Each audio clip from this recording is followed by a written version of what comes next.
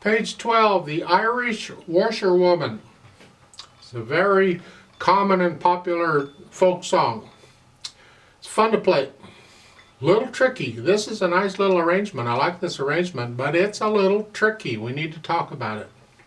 This is in the key of G major. You might want to go back and look at page 10 on the primary chords. We got them here for G major. G major has one sharp. The F, all Fs are sharps. So go down to the third line in the left hand. You see that here, the chord, that's a 1 chord. And then the last measure of the third line, that chord, the F, C, D, that's a 5/7 chord. You learn to recognize them in the music. It just makes it easier because you just see one thing. You see a chord and you just play it. You don't have to stop and think, oh, there's 3 notes in this out. Oh, I got to deal with 3 notes. No, you just deal with a chord here. Now there's other arrangements for the chord, but you'll learn to recognize this pattern.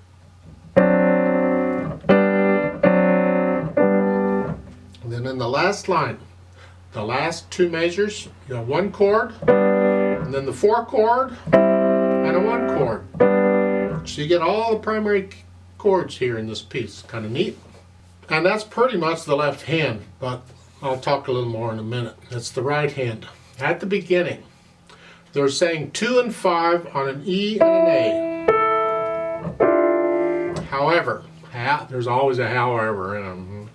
There's an 8VA, and you see the dotted line goes like 3 measures. So instead of here, we're going to go up an octave. That's the 8VA. We're going up here. So for the first 3 measures, the right hand is up here. And in the last measure of the first line, there's no 8VA anymore. It says loco, it doesn't have to, but okay, that's nice of them. That means back where you were, back where it's written, here. So now we're down here. Then in the second line, you got to come up and put your 5th finger on D. So we're moving around quite a bit here. Then look at the 3rd measure of the second line. Above it, it says to next line.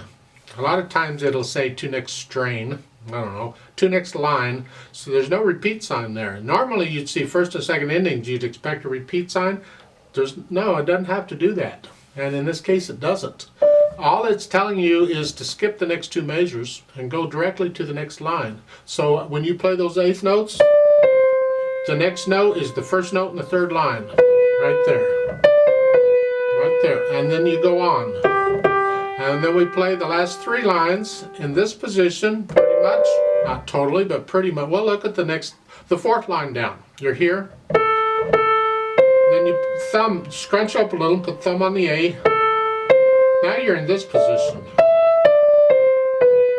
And then bring the thumb back down. And now you're back down into this position. Well, they can do that, you know. They do it. Then in the last line, last 2 measures, I like their fingering here, 1, 2, 1. See, I like using different fingers on repeated notes.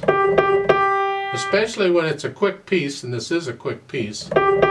This is a good habit to develop, and it could be different fingers, but right now, 1, 2, 1. Then in the left hand, at the beginning, the notes are here. Descend to 5, 2. But it's got an 8VA above it. So we go up an octave. Remember the 8VA. If it's above the staff, you go up. If it's below the staff, you go down. We're going up. So instead of here, it's here. So for the first 4 measures there, the left hand's up here. And then for the next line, then it comes back down here. And then for the 3rd measure of the 2nd line, it's thumb. This puts you in position to go on. So let's put the hands together slowly. And remember the 8VAs, so instead of here, that's where their hands are written next to each other. It sounds great, don't it? We go up an octave because of the 8VAs in both staffs. We go up here. So we're here. 1, 2, 3. 1, 2, 3. 1, 2, 3. 1, 2, 3. Now, I suggest, because you got to hold that for 3 counts, and on the next beat, the right hand has to play down here. I suggest while you're holding doing this, bring the right hand down and have it ready. Have it on top, so when beat 1 comes, you can play it. Don't wait until you need it there and try and get it there. That's too late. So the last 2 measures, you're here. 1, 2, 3. 1, and then bring the left hand down. And then the right hand up.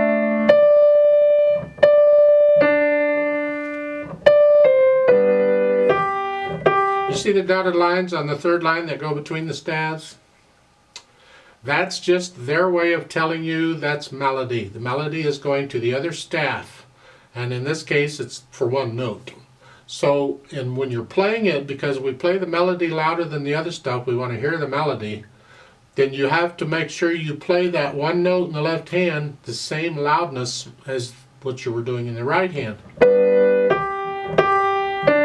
It's got to sound like 1 hand played it all, is what I'm saying, because the chords need to be soft. You keep those out of the way.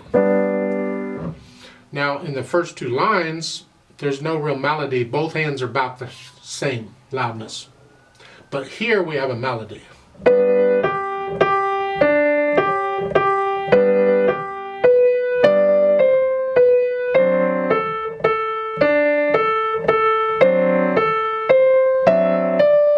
Like so. You do the whole thing that way. Then when you get down to the bottom, here, last 2 measures,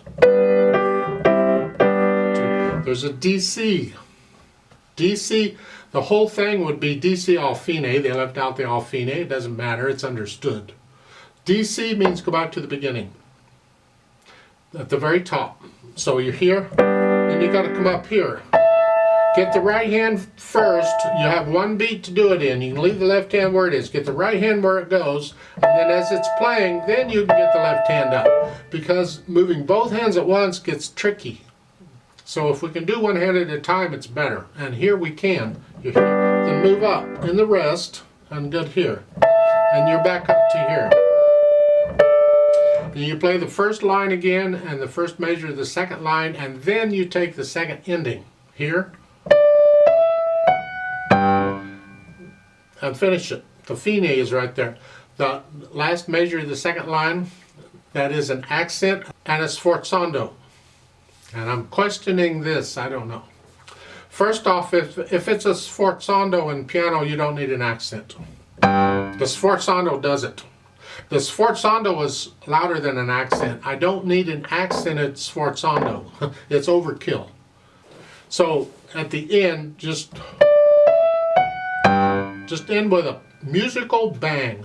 Don't get vulgar with it, it's just bleh. And that's the piece. So you work it out very slowly.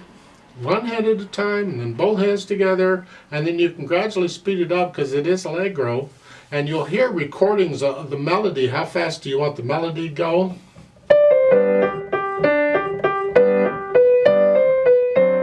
Is that fast enough? You want it faster? The problem is you can't go faster than what you can play accurately. So when it starts getting ragged, that's too fast. Back off. So however fast you want this melody to go, that's how fast you take it at the top.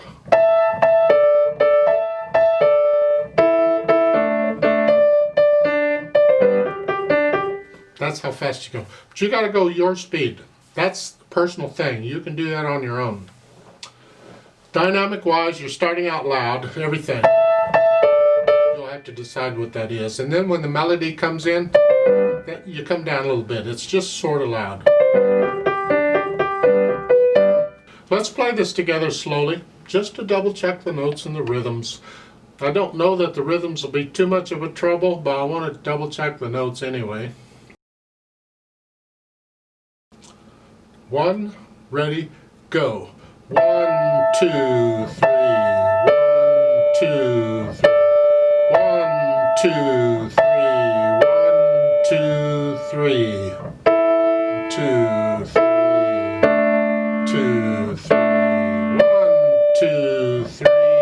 1, 2.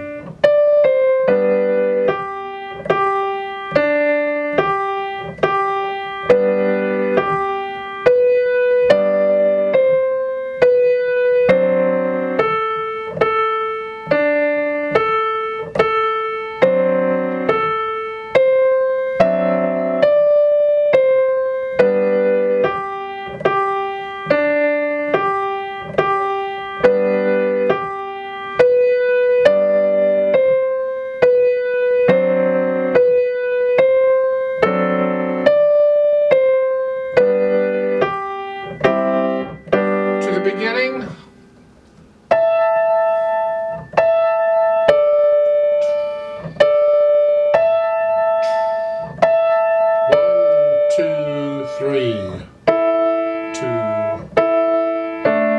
Second ending. Rest.